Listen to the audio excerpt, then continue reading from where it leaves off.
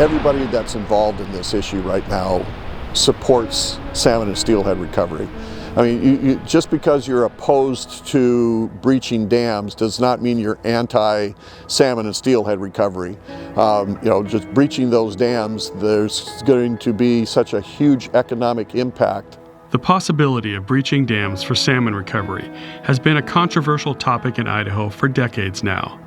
A recent renewed push for dam removal is troubling for many residents who live near the port of Lewiston, Idaho. Here's their take on the issue.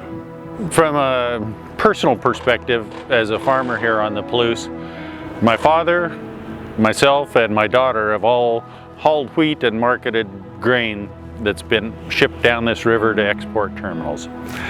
It's given us an efficient and cost-effective way to move our grain to our customers.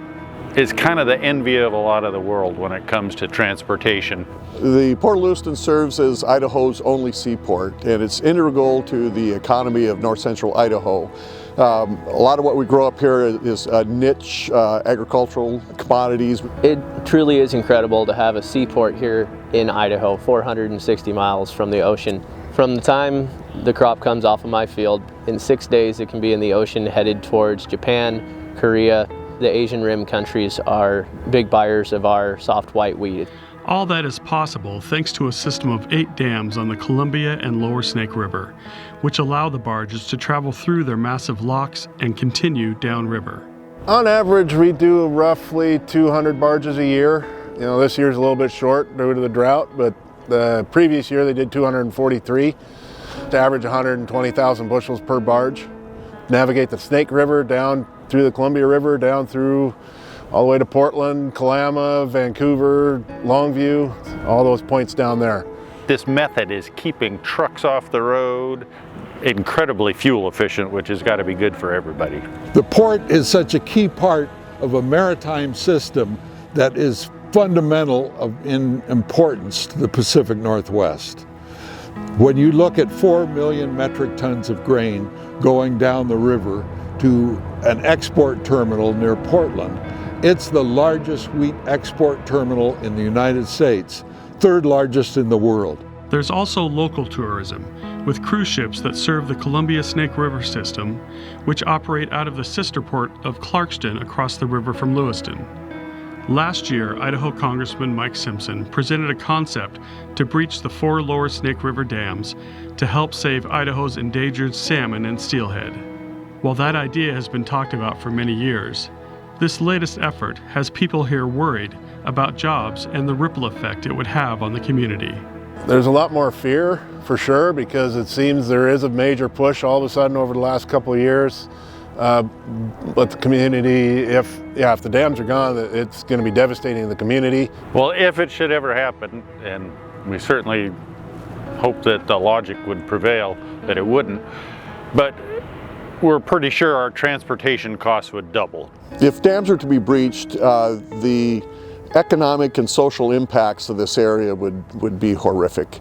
Like I say, this area, the economy is really built. It's an ag economy, so we utilize, this is our highway to the rest of the world out of here. When, let's say, you could say Pakistan wants 500,000 metric tons of wheat, we can move that kind of volume in almost just one barge tow. One barge is equal to 36 railroad cars or 144 trucks. One tug will move 4 barges at a time. So, the volumes are amazing. To build rail along the river corridor in this day and age would be, I think, impossible. To be able to get the construction permitting to be able to do so, it would take you decades. At this time, if the dams were to go away, it would mean an incredible increase in truck traffic. The amount of tires we would burn through, the amount of diesel we would burn through, the amount of fatalities on our roads that would be caused by this, it would be catastrophic. And as far as the income side of things, it would add at least 40 cents a bushel to our costs. Breaching the dams, it heads us in the wrong direction. We lose hydropower, clean, efficient hydropower. We replace efficient transport by barge with much more intensive alternatives by truck and by train. If we lose our dams, we're really going to be hurting for power. And I think people have been, we've had so much energy for so long that they don't understand what will happen if we lose it. And tearing out our dams is the wrong thing to do. The 4 lower Snake River dams are dispatchable power. They can come online, real quickly. If we lose power in the power grid in one spot, those dams can come up real quick and take over, and we don't lose, in the summer when it's 110, we don't lose our air conditioning, and in the winter we don't lose our heating. They virtually put out no pollution. They no global warming, no CO2. They're a clean source of energy. Congressman Simpson has proposed $33.5 billion in federal dollars to mitigate the effects of dam removal. Here are a few of the details. To replace lost hydropower, the plan would invest in clean power replacement and require that it be online prior to any breach. Plus, other large dams in the Columbia Basin would receive an automatic 35-year extension of their license. To help farmers get their crops to market, investments would be made in building out and updating rail lines and rail unit loaders. And trust funds would be created that would pay shippers currently using barges an annual annuity to offset increased shipping costs. It would also include funds to help communities with waterfront restoration, tourism, and economic development. But would dam removal actually help the salmon and steelhead?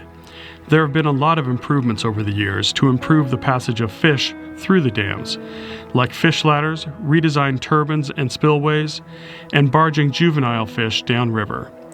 But there are other factors that also affect their survival, like predation and ocean conditions. Your ocean conditions have been difficult.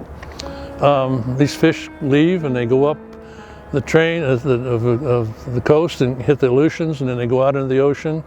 And from there, they're at the subject of anybody that's trying to catch any kind of fish. Bycatch is a big problem. If one of the countries is targeting marlin and their nets are full of steelhead and salmon, they're just dead. They just leave them go. They don't use them. They just, that's how it works. And so there's every nationality in the world out there doing that. I think that's a misnomer to think that you remove the dams and the fish may or may not come back. There's no guarantee to that. You may remove the dams and get nothing back. And what we're doing and what we've done and what the Corps is doing, we had a lot better chance to save these fish this way if we just could do that. But there's other things, avian predation.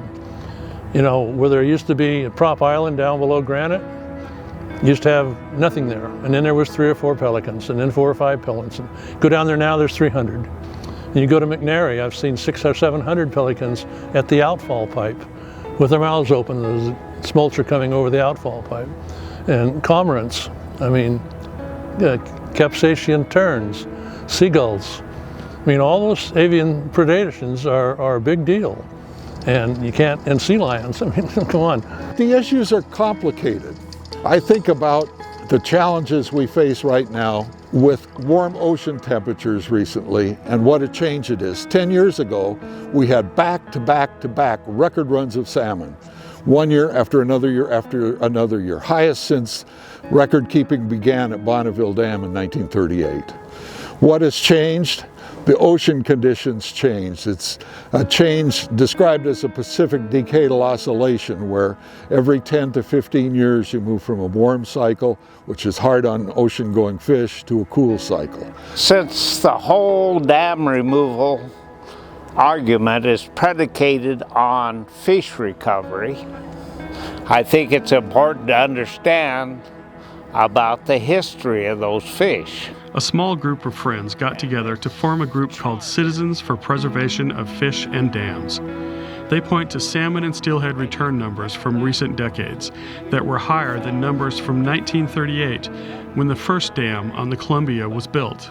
This 10-year period was in the 21st century, when we had all 8 dams in place, and we'd lost all the great spawning habitat. We had a 316% increase in steelhead numbers, a 268% increase in spring Chinook numbers over that period of time.